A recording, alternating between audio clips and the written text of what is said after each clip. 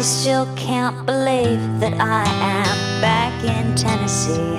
Animosity and anonymity are behind me, but I brought an umbrella, 'cause comparatively this weather sucks.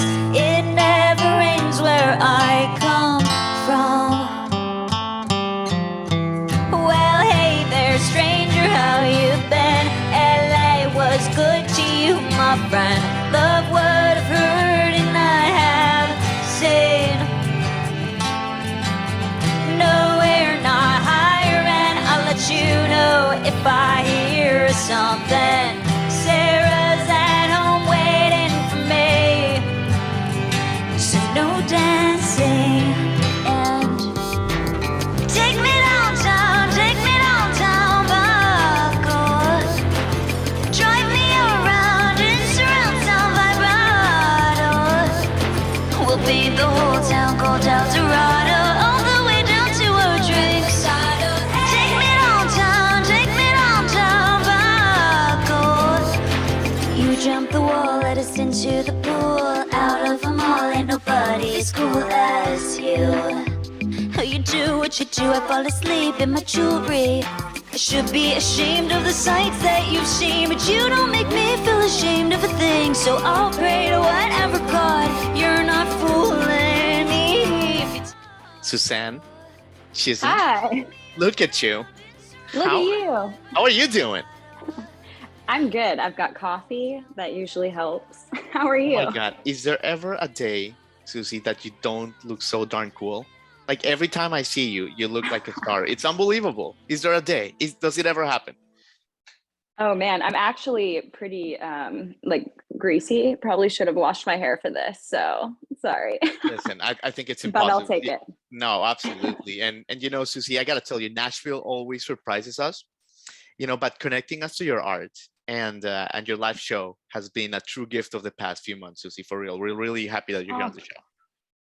thank you for having me. It's pretty crazy to be back in Nashville. I lived here for so long, and then I moved away to Los Angeles for a couple of years.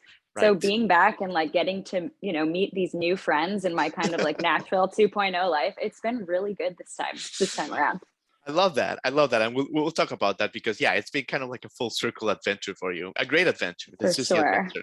So, I get a sense, Suzie, that in Nevada, you grew up in northern Nevada, like close to Reno.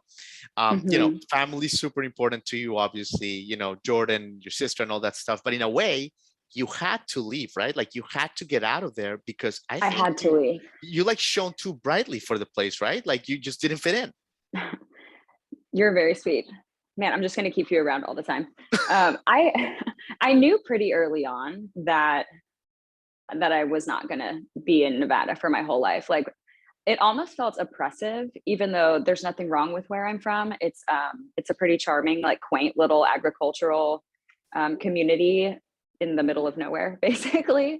And it's really pretty out there. I felt like I was dying most of my life. Like I felt like the opportunities and the things that I wanted, even like the skills that I knew someday I could have that I just didn't have because I didn't really have a community that could really nurture that for me. Sure. It felt oppressive almost. So I was really excited to move to Nashville like as soon as I was 21 and could, be in the venues, be old enough to be in the venues where I wanted to perform. I was here like as soon as I was 21, essentially. Absolutely. Yeah. But even before, is it true that your vocal coach at the University of Nevada in Reno, he basically critiqued your voice. He said that you were too pop, to be classical. He said that you were too country to be pop, too rock to be country. Like that's what I don't Yeah. understand about these teachers. Like couldn't have been more wrong. Yeah, she was actually a female, and so I went to the University of Nevada, Reno on scholarship to be like a vocal performer. And so essentially you're going to do one of two things. You're going to sing opera, you're going to do Broadway, or you're going to teach music. And I think she just knew that no three of those things were going to be like where I would fit. And Right. it was really discouraging. I really like to be the best at whatever it is that I do. Like I was top of my class in high school and things like that. And I was pretty competitive about it. And so school was really all that I knew up until that point. And so I was heartbroken, and she wasn't like discouraging me from getting an education. Like she thought maybe I should make music my minor and should maybe focus more on songwriting. And so I switched my major to be an English major. But I continued to take like vocal lessons from her. And she kind of pulled me aside and she was just like, have you ever really sat down and thought about Stevie Nicks' voice and like just how unusual it is, but how it works because she knows her voice and knows how to use it. And that really got me thinking that I needed to spend more time with my voice and that I probably shouldn't be in school if I needed to spend that amount of time with my voice. So I ended up dropping out. Sure. Well, you took the right path, I think, for your situation. And, your voice is amazing, obviously. And like whenever you play, it's like haunting, but your songwriting, Suzie, I think it's underrated. Like I'm like the biggest champion of your songwriting after like getting into it. I mean, even going back to the Moseley stuff, like in One Trip Around the Sun, like I'm going on a crusade to make sure everybody knows it. But you said you started writing it in earnest, poetry, short stories, and all this stuff after your parents got divorced. Yeah. How old were you when they got divorced, Suzie? So I was in like first grade. I was pretty small, and it was a small town, to be honest. Divorce wasn't like something that was very common at that time where I was from, and it was kind of scandalous. My dad is a pastor, and so the whole town was talking about it when it went down. And so I really like internalized a lot of it. I was told later by some of my teachers from that time that I just kind of stopped talking, which is so crazy because if you know me at all now, like I never shut up. I talk more than like most people that I know. Maybe I'm just like making up for lost time or something. But I definitely like poured myself into writing. Like I was writing music before I could even like spell the words on my own. Like my first songs I ever wrote are in somebody else's handwriting because I didn't know how to write yet, That's amazing. But like I'm telling you, you're like a gifted songwriter. Even in Nashville, like I think you're top of the line. It's really great. Thank you so much. I don't think that this city knows what to do with me, which is fine. But yeah, I love to write music. It's at this point it's pretty easy for me, but it wasn't always. Like I can remember like being in high school and being frustrated that I could hear these great songwriters and that I didn't have that skill set yet. It is definitely something that I've spent a lot of time working on. Yeah, 100%, Suzie. And, we mentioned Moseley and the great trio band that you were part of. But before that, there's this little chapter that I want to talk to you about. When you moved to Nashville, I mean, you basically had a short-lived duo with Edwin McCain. And most people may know him because he had that song, I'll Be Actually, it's like this one, basically. That, sorry, I had to do it. If you've been to any wedding in the past, 20 years, you've heard that song. Yeah. But what was that like little chapter like with that when what were you guys working on? Like, what was that? And that brought you to Nashville, right? Yeah, pretty much. Essentially, so before I moved to Nashville, and this is like before Instagram, like I feel really lucky that when I started doing music, I was actually before like the internet was much of a thing. Because I know people who are even just like a year or two younger than me that like their entire experience in their music career has been on the internet. Sure. But it was the days of MySpace, I will say that. And I got this showcase through a MySpace like audition where you like upload your music or whatever. And how was your MySpace, Suzie? Like when people logged on and they saw your top 8 friends, like what was like the first impression of Suzie on your MySpace?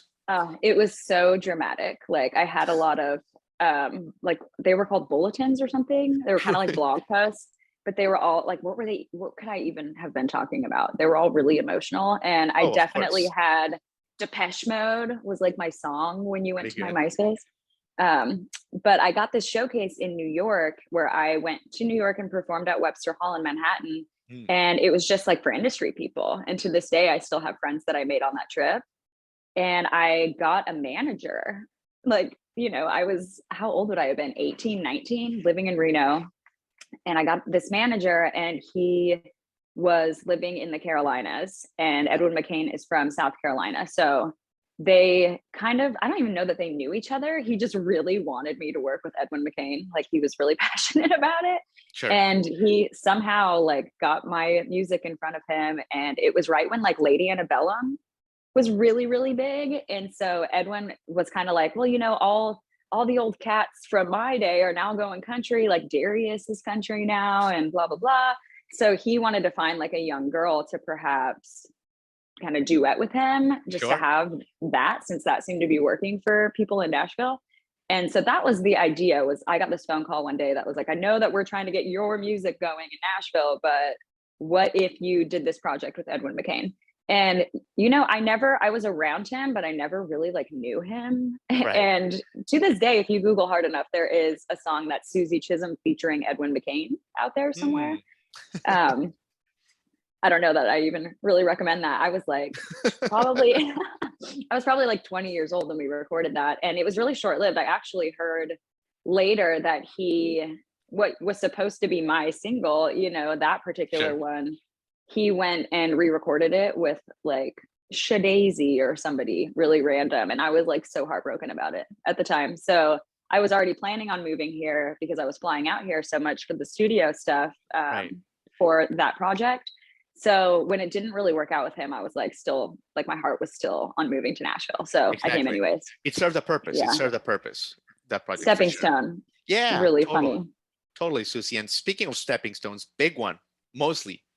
Great band. Moseley. I mean, Thank you. you join Christy Calloway, Abby Hairston, and you create a powerful rock trio, Susie. I mean, you guys rocked pretty hard, and you guys had some good following. I saw some old clips at the Basement East. You guys were rocking and rolling. It's pretty Susie. crazy. Yeah. We played, we were playing sold out shows at Marathon Music Works and stuff. And so it's definitely a different change of pace for me now coming back here without that. And people love Moseley. Like we were a party. We always had a lot of fun at the show. It looked like a party. Like I have FOMO, from the past. Happened? Why did Moseley end, Susie? Why did Moseley end? Tale as old as time.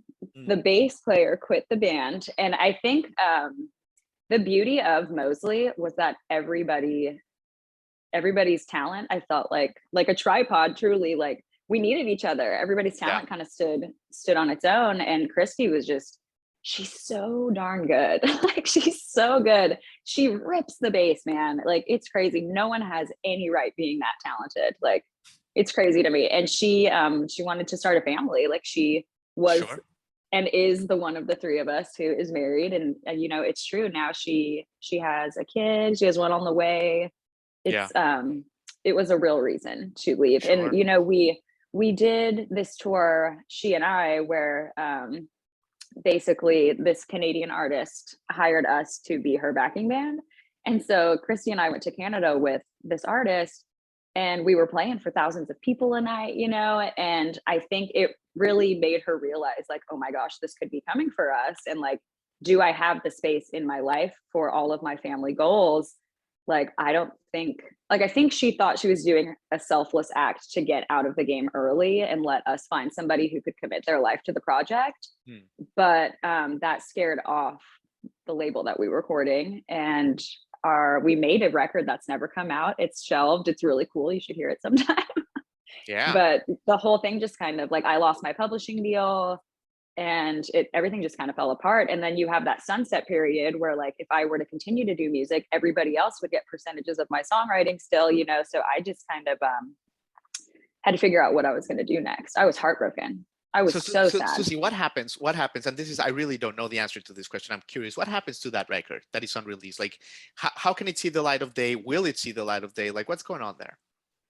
People ask me this just about every day. It's kind of crazy. I think that eventually we'll put it out. Abby and I, we always daydream about like when we do the Moseley reunion show and put out the album, how exciting that's going to be.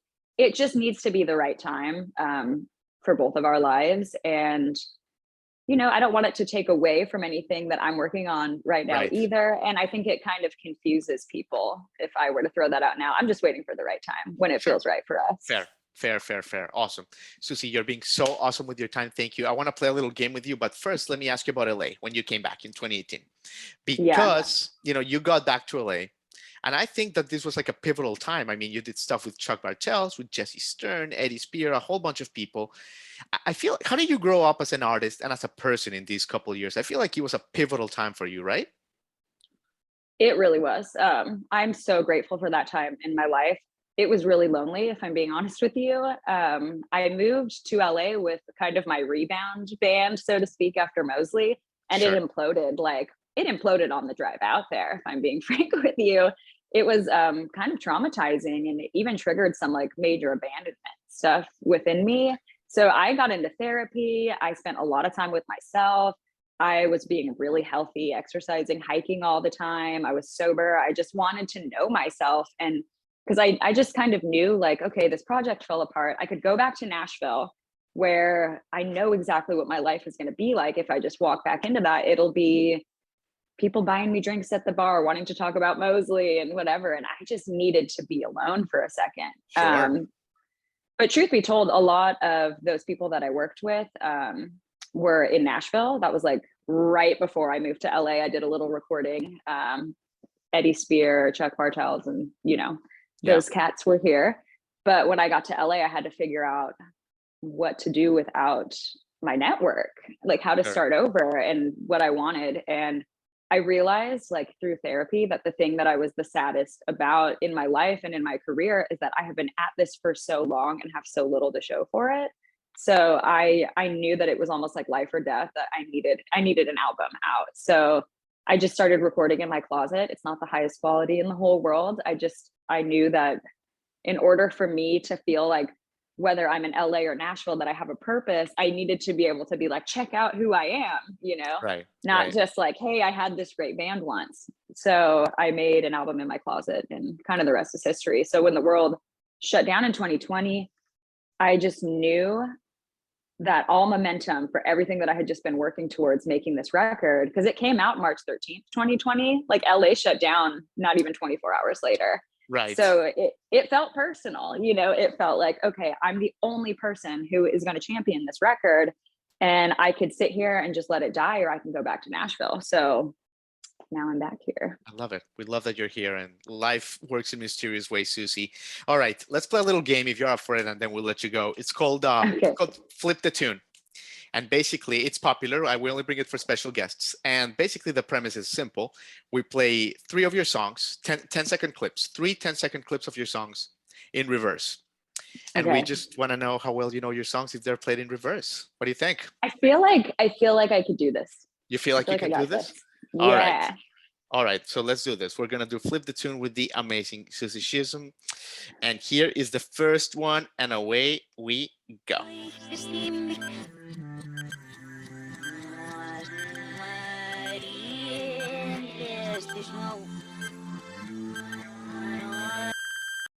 It's Paco. Is it Paco, ladies and gentlemen? It is Paco, ladies and gentlemen. Yay! Very good. Oh my God, yeah, you're going to rock this. I like the confidence, and it's warranted. Okay, Right. Flip the Tune. Question 2 with Suzie. Let's do this. And away we go.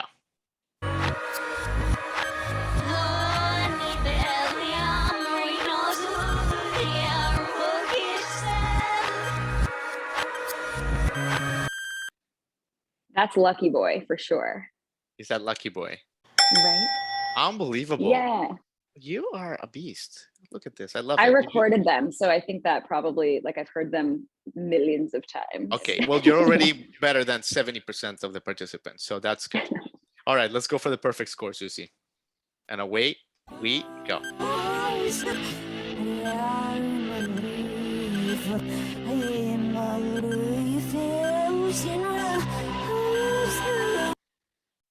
Oh, it sounds so demonic and scary. It's Something Blue. Unbelievable. What a champion. She's got skills. She's got all the skills: fashion, artist, painter, vocalist, songwriter, flip the tune master, and so many great experiences. Tune master. Oh I my got to update God. my bio. Suzie, what a pleasure. I mean, you've said it all. So We good could to talk to see you you. for like 18 hours. Thank you so much. It's always great. And what a pleasure to have you. And thank you so much for everything. Thank you for having me. Hopefully I'll see you around town soon. Yeah. Take care. Bye.